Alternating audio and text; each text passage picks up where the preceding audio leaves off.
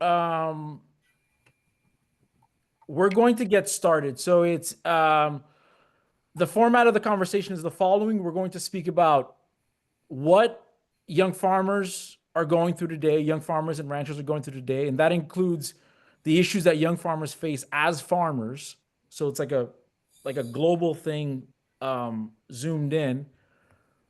What the folks on the panel are doing today to either support young farmers, to support like their organizations as things are looking pretty bleak for a lot of organizations, and also what can be done to support young farmers, and finally, how can we all work together to get to a point where we're collectively supporting young farmers and ranchers, right? So we're going to start there. So what are young farmers going through right now? Like, what is your analysis of the situation? And maybe we'll start with David Center, we'll go Tandelyn, and then David Howard. Well, I tell you, we're in a farm crisis all across this country, and young farmers are feeling the worst of it. They, with low prices and uncertain markets, and just the situation, it's very important that they understand they're not alone, and we all have to stand together and be heard. And, you know, as the old saying goes, the squeaky wheel gets the grease. And we have to be a squeaky wheel.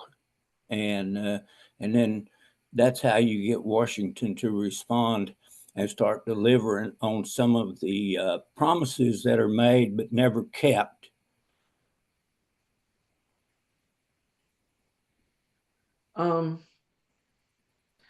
So I guess next, but what I'd like to say in my perspective is of membership. My perspective is that of I did grow up on a farm. I probably ran away from farming, and now here I am. But what I'm hearing from our membership, which is made up of Black farmers, landowners, and cooperatives across the South, and I'm trying to do my best to represent them, is that they are losing funding, left and right, funding that we fought pretty hard to put in place for them. Um, and what is striking me most is, and I want to stay on topic, but I just want to talk about the resilience, because we had a listening session recently, and we have been, as an organization, because we have been involved in the Pickford lawsuit. We were involved in the discrimination financial assistance and many other things that have been brought. And if we make a move, or when we make a move, so not if, it will be that our farmers have instructed us to make. That's where our farm bill priorities come from and everything else. But what I'm hearing from them now, and the average age of the Black farmer in America is 61 years old, loss, a sense of hope, wanting to take action, wanting direction and to be guided. And I think everyone is trying to land on what is the right action. So we're in a series of listening sessions. Most of our farmers have less than 100 acres of land. So they were involved in stuff like the local Food Act. And I'm probably not saying that right, forgive me, but they've lost those contracts, which they planted for over a year ago. And they're kind of just trying to find new markets when everything is shutting down, not being able to speak to people within the FSA offices because some of those offices have closed. It's a lot of uncertainty coupled with a lot of resilience in wanting to move forward. And it's not it's not anger, it's not fear. It's like, I can't believe we've gotten this far and now, oh my God, look at this. That is how I would interpret where we are. I totally co-sign with David about making noise. I want it to be the right noise. And so I'm gonna pause there and throw it to David Howard. Thanks, Tandelyn. Yeah, I agree with what's been said, and what keeps really coming to mind for me is that young farmers across the country have just poured themselves into feeding themselves in their communities, into creative structures, working around the system that should be working for them. Just striving and trying and doing it with all of these layered challenges. And for their hard work, for your hard work, you've been rewarded with delayed congressional action again and again and again. And in this country, it's supposed to be a universally accepted thing that we all agree that the public good is something you invest in and protect and value. And that's just not universally accepted anymore. And we are seeing that in such glaring and damaging ways with the decisions that are being made in DC. So I think there is the damage that's happening right now. And there's also, there was a fragile trust developing under the last administration, particularly with FSA, I think, and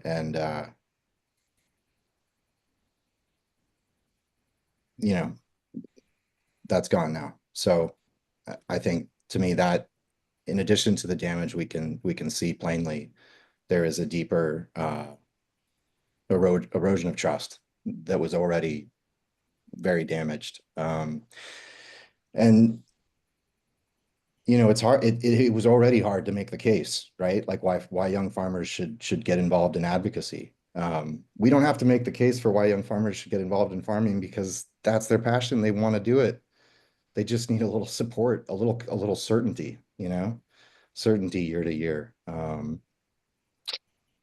Yeah, I'll stop there. Thank you for that, all three of you. Really powerful words. I also do feel like, I think whatever we're going through right now seems to be a political crisis, a humanitarian crisis, many different things mixed together. Not everyone's interpreting it as a crisis. So I'm really happy that we're leaning into the truth. So my next question is, you can do all three or you could answer one, which is like, what are you doing? What needs to be done? Or what would you, what would you like to do? Like if you could do like anything right now to meet the situation, what would you like to do? We're all limited by capacity, funding, whatever it may be. And I'll start there with Tandelyn, then David Howard, then David Center. The things that we have been doing as a federation is reaching out to farmers. They're bringing in their letters of terminations for various programs from NRCS. They're bringing, at least that's what's coming to me. It's all very the same language. So these were awards that they had been awarded, been working on, doing, and now they're terminated.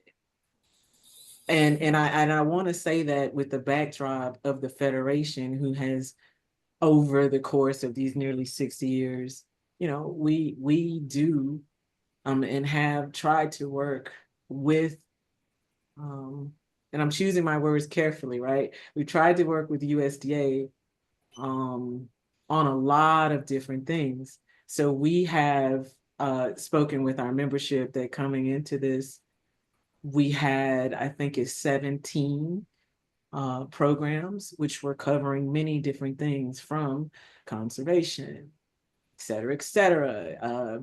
And, we got the notification that everything was being looked at it through the lens of, was it DEI? My name is Tandelyn Daniel. I have to, in most of our membership, check the box of African American. We've always been that, no matter what anyone else is talking about. And so what we are doing is we're collecting what our farmers are saying and working to develop a response. And I know that Mr. Howard is going to talk about it, but we do sit on some different boards and different organizations, and in those smaller pockets, trying to come up with a collective answer for some of the things that have lost. We are truly a nonprofit. A $5 million hit to an organization like ours, which tries to pass through things to our communities that we serve, payroll is impacted. It's not a secret. We were already short-staffed and trying to staff up to meet needs pre the federal funding freeze. So we're watching dollars go away that were marked for our populations, which definitely do include young farmers, and they're still trying to move forward, but they can't. And or they can't without some huge pivot in an already tough time, because money is really needed to run a farm, right? And to clear your title. So what we're doing right now is a lot of information gathering. There's a lot of talking. Clearly, as the director of communications and member relations, I definitely wanted to come on this uh, from the standpoint of coalition building. But something that I want to say that I want to just couch is truly a thought of mine, not necessarily the Federation's, even though I think it is as well, but I don't know, is that from where I'm sitting, I'm feeling like this is truly an American problem, right? Everybody is feeling something. You've got the education being hit, and then farmers are a huge part of this country and what we eat and how we move. But I don't want to, and I think the word is myopic. If not, someone drop it in the chat what's the right word. I don't want to be myopic and limit the conversation, because this is what's happening. It's impacting us all. Doesn't matter if you're Black, if you're white, if you're if you're not, I think, big ag, and I mean real big ag, this is hurting, just like it's hurting the people who can't eat because SNAP is being threatened, just like it's hurting the people who need Medicaid or who are being sent away um, out of fear, and it's being enforced. So I'm going to stop there because I can ramble on and on. But what we're doing is we're talking to people, we're collecting letters, we're doing that. But we are really, and I think it does have to do with our age, which we need to act young, even though we're old. But we're trying to see. But every day there's something new. There's something new. So like if you had a ship and you were trying to like plug up Air's property and plug up helping somebody get a fence, plug up, oh, but then this one breaks and this one breaks and this one breaks and this one breaks. So I think the overarching thing to say is we're standing as strong as we can, but we as a community and as an organization have been impacted. I'm gonna rest there.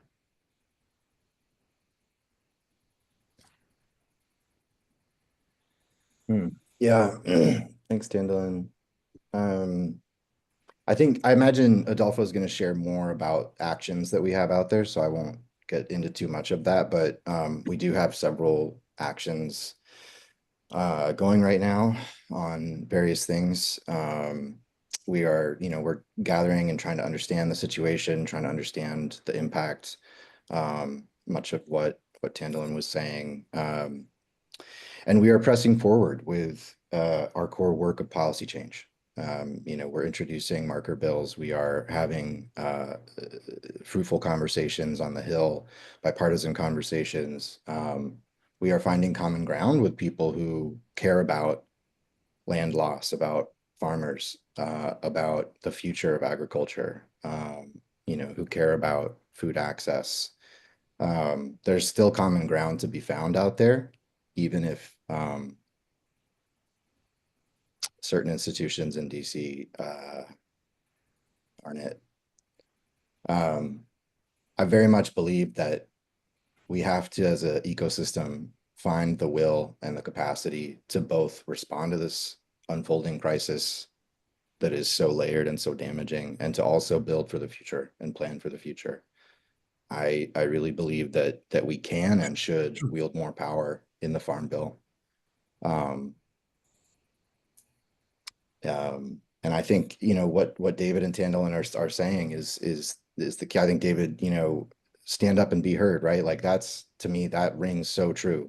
We need to stand up and be heard amongst each other in state legislatures, in Congress, everywhere, in decision-making spaces all across the country. We need to stand up and be heard. And that is the first step. And I think taking idea to legislative text is another step. And I think that both of those steps are really important. I'll stop there.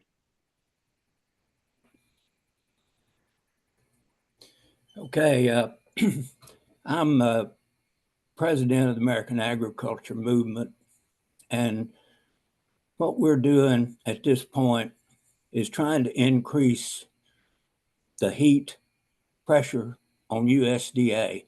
I've been doing this for nearly 50 years, and I have never in my life seen a funding freeze where you have appropriated money from Congress, programs approved by Congress, signed by the president, in place, with contracts signed with producers, and USDA says, no, we're not funding that.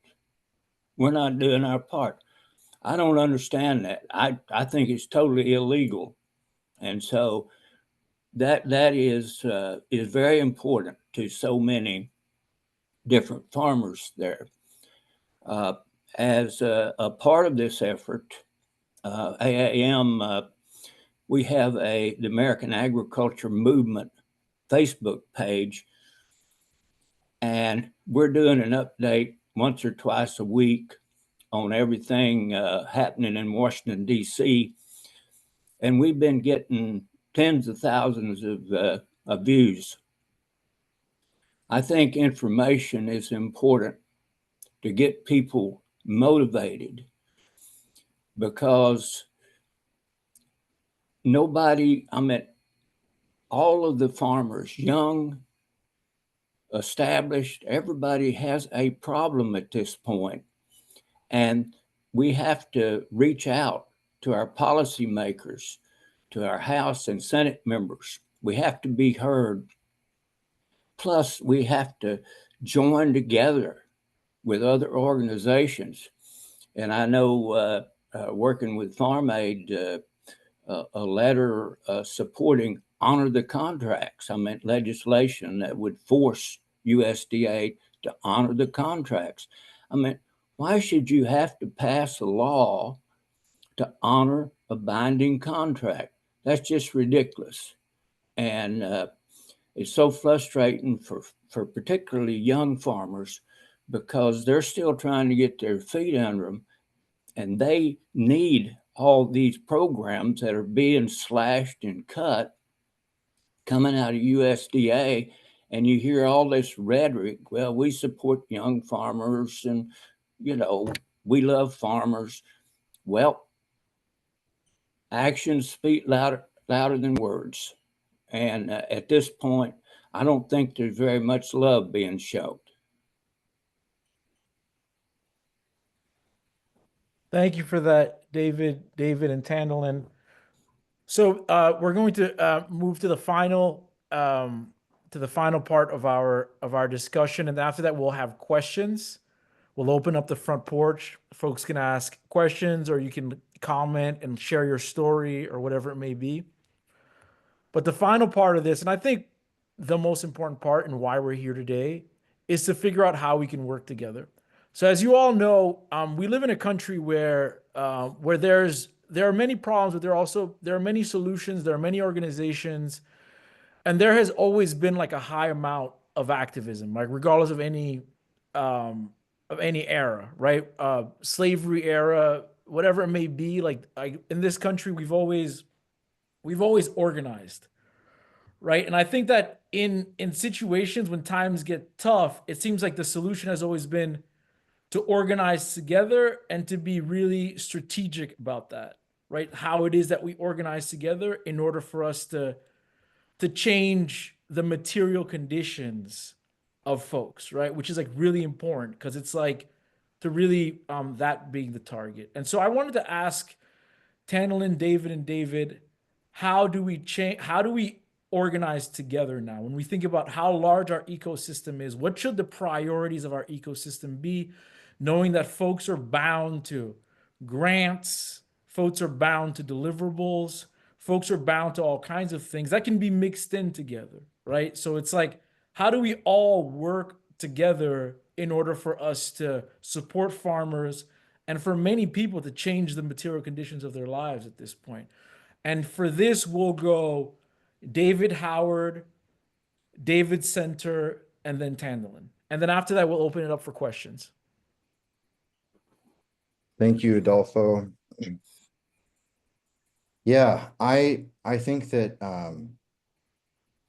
it takes a lot of different approaches, right? I think having success, as Adolfo was just saying, it takes a lot of folks working together. I think that all of the different approaches are helpful and necessary, right? I think a lot of it is going to be about coordination. I think that coordination across the ecosystem, we do an okay job, I think. Unfortunately, the opposition tends to do a better job. And I think that's something that we have to get better at. We have a lot of good ideas, a lot of passion, a lot of energy in our network, in our collective networks. We know what the solutions are. Farmers know what they need, right? Like, I think that we just need to figure out a way to wield more power with what we already have as an ecosystem, right? And really be focused about where we're trying to go. And that doesn't mean we all share the same exact priorities, but we can coordinate a lot more and wield more power together, I think. And I'm a policy development director, so to a hammer, everything's a nail. So I think about legislative text all the time. But I just want to emphasize that it's an incredible amount of work to get from an idea to legislative text that's ready to be implemented and enacted and all that. And we really need to think about that hard and build that in. It's not enough to go to the Hill with bullet points, right? Like, we need to go to the Hill with legislative text. They already had not enough time to do that work themselves in every case. That's just going to be worse going forward because they're responding to fires every day too.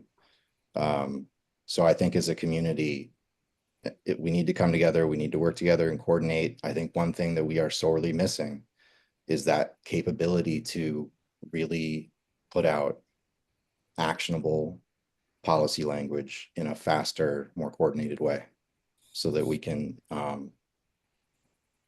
push back and win.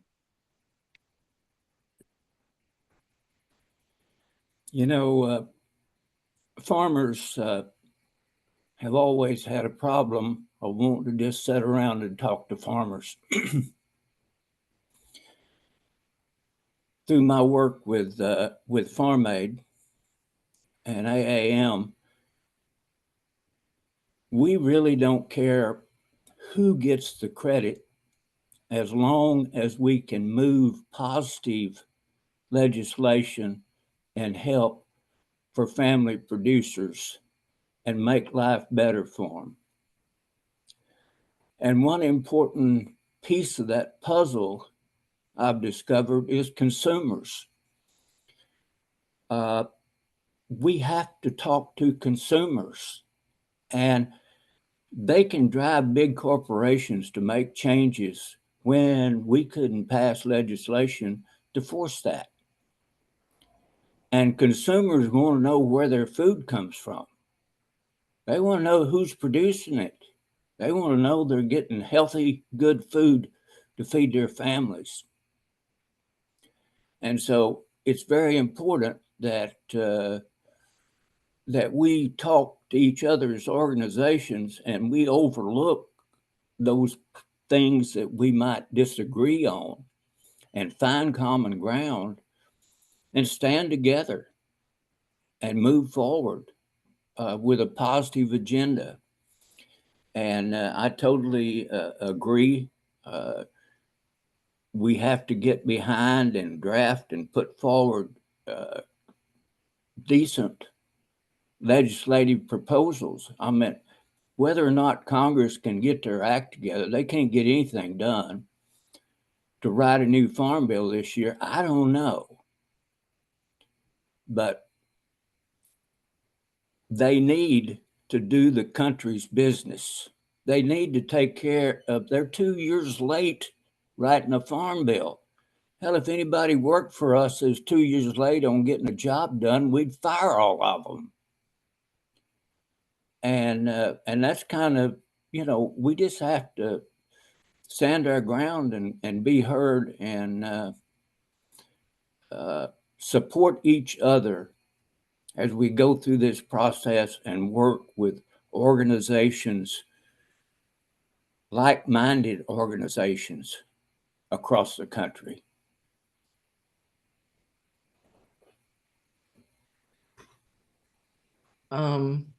I've been agreeing with everything that has been said, and I continue to agree with it. I don't remember how you put it, David, a nail to a hammer, a hammer to a nail, but I am a comms person. I'm a word person. I am very much a I don't want to say a nerd because I'm not. You'd have to have such a bigger IQ. But when this first came up, I remember sitting on a call with about 50 or 60 other comms people. And first we cleared, this is an open space, we can say what we want. And everyone was passionate.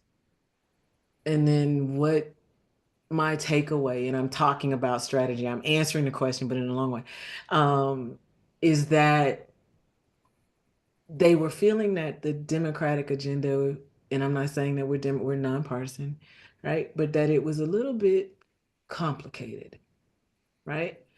And then I live in Atlanta. I drive up and down the highway or expressway, and I see these really simple signs coming from the Trump administration. Then we began to analyze them, or at least I did. And I am trying to even simplify because it definitely is not dumbing down.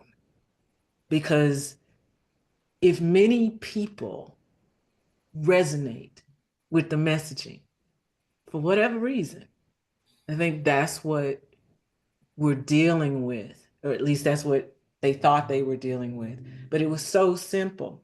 Vote for me, save your jobs, right? Honor the contract is another very simple thing to say and to think of, right? So I'm just looking at it really from a comms lens right now. And what I'm saying is, well, let me back up. First, we need to identify who are our real friends. Who are they really, right? And I'm saying that from a community that is lost. What are the numbers? And I'm trying to hear what I recall, but turn of the century, they had 15 or 16 million acres. Now they got less than two, I think 2 or 3. Numbers just keep dropping, dropping, dropping. And coming up with all of these things to say, but I'm starting to think that where we are is, yes, amplifying, but coordinated, simple messages, all hitting the same thing. Because all I hear on the news is immigration, immigration, immigration, immigration. I honestly, And I've worked for the food lobby prior to coming here. I've been in membership for over 10 years. But the simplicity of and I worked for somebody years ago. I'll never forget. She said this to me, and we were selling toilet paper back then for Kimberly Clark. But what she said to me, she was like, if you repeat something long enough, sometimes people never even remember the truth, right? If you keep saying, that's stupid, she's whatever, he's not needed, and you say it and you say it, and people know in their hearts you shouldn't be taking these stances. You know it. And I just think they've done a good job of repeating messaging that put them in the position to freeze funding, because I want to stick to the business. And then I think that our coming together needs to work equally as hard at simple messages that, as David was saying, could be picked up not only within our communities, but also consumers. Yeah, that's me too. That's me too.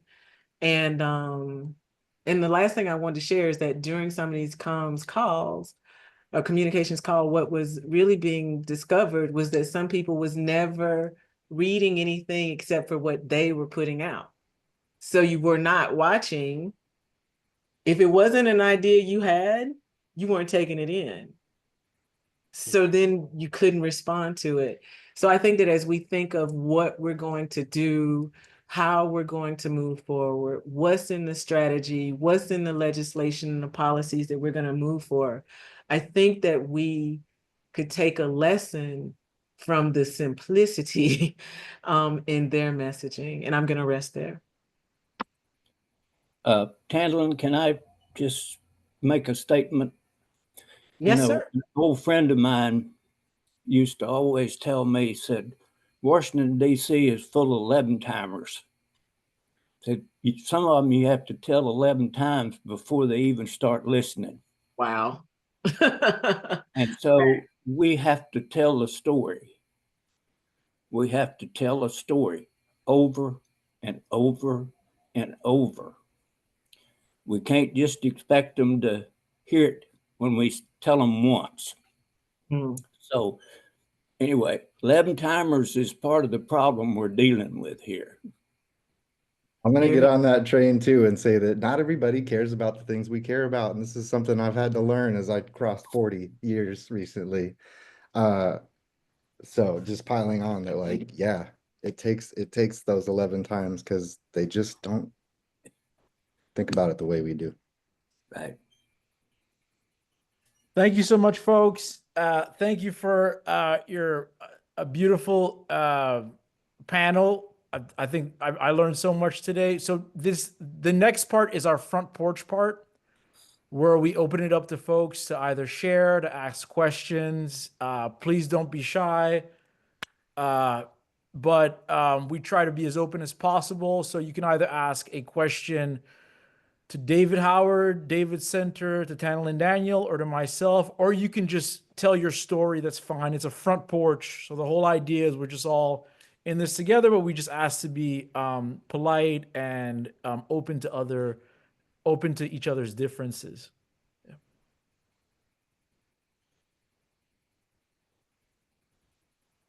If I could, Adolfo, I'll just call out Anna Moran and Alicia in the chat, giving some advice to folks in the chat. So if you can also go there, there's some cool stuff happening in the chat as well.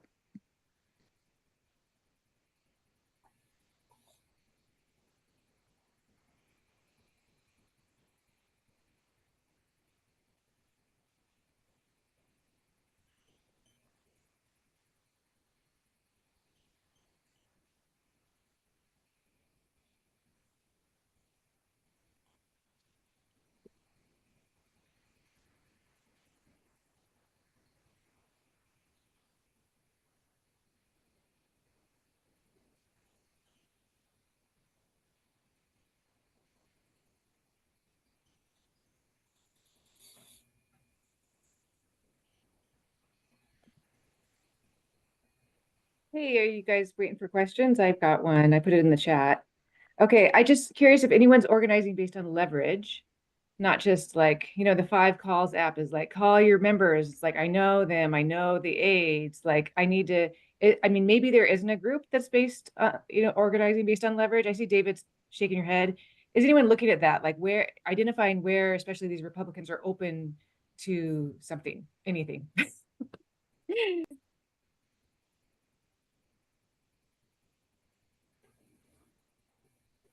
Maybe one, yeah. I can start. Yeah. I think I don't think there's just one answer to this, so I'll say something and hopefully folks will add in. But I think something to think about, right, is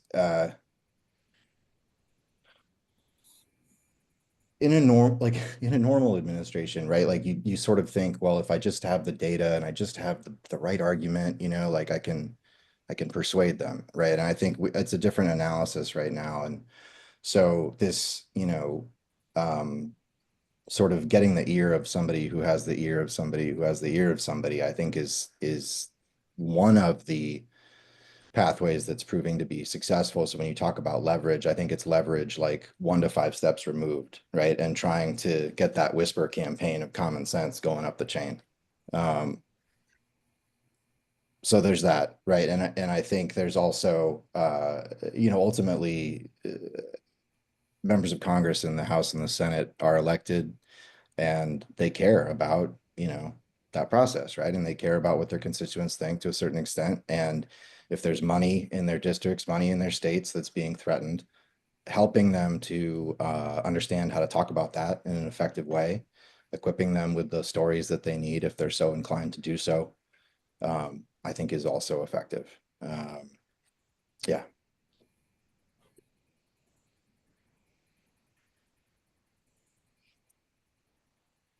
I'm not going to say too much here. I'm still struggling with the words leverage, and I just want to make sure I'm answering it right, because I think, again, from the standpoint of our organization, we weren't new to any of the rodeos, but this is a different rodeo than we've ever seen. So when relationships that have been built for terms of elected officials, because this is also the second time this administration has been here, but there's a different energy. I'm harking back to, and then our energy is equally as strong. Don't. I do want to give a sense of hope. I do want to give that you're pressing and that you're moving forward. But we are working to leverage every relationship that we have. I will come up and say that in some instances, all those people have lost their jobs, right? And now you're being met with different things, but everything that can be done can be put in place to have folks understand just how important the contributions of this community have been to this country. I don't think, and again, I'm gonna just take one concept, that's DEI. I don't think there's anything more American than a farmer. Whatever color you are, don't matter. It transcends everything. Everyone has to eat. So, but we're just dealing with a different thought process that is acting at an incredibly quick pace, right? And but yes, continuing to leverage, so let me go back, continuing to leverage those relationships that are in place, trying to even build new relationships, understand, right? While you're also thinking about what can we do, but there's a different understand, we understand who's in office, but I think that they're struggling to understand the needs of many of those within our communities. So it's hard to speak when maybe people are talking different languages. We have to we have to reach out to businesses in our communities that we work with and get their support, because they have the whole network there. I mean, bankers are here in Washington, D.C. lobbying, say farmers are in trouble. They got to have some more dollars in their pocket. Well, they're not as worried about the farmers as they are their own hide in this process. But when you have bankers, they get attention up here. Ooh, farmers are in trouble. So they need help. They need higher prices. Well, we have a concentrated marketplace that we buy from, our inputs. We have a controlled, manipulated, concentrated market we sell into, unless you can develop local markets where farmers can sell directly to schools, to local restaurants, to the community. And that is a successful piece that's going on now, is when they can sell directly and avoid all those middlemen, and they can set a fair price on what they sell. But I think getting business people, but just talking to other organizations, just like this is the first time as AAM president. I mean, I love meeting Adolfo at Farm Aid, and I'm so glad this led to this front porch, because I want to stay in touch. I want to know, David, what legislation, what y'all are working on. Very possibly a lot of it AAM, we can put our name on it and support it. Same here. And the same way about the Federation. I mean, I've marched with Federation folks where we tied a hog up to the gates outside of USDA headquarters, trying to get help for minority farmers. And so we just have to figure out how to leverage what we have and increase that leverage by having more people involved in the struggle and not just a few of us.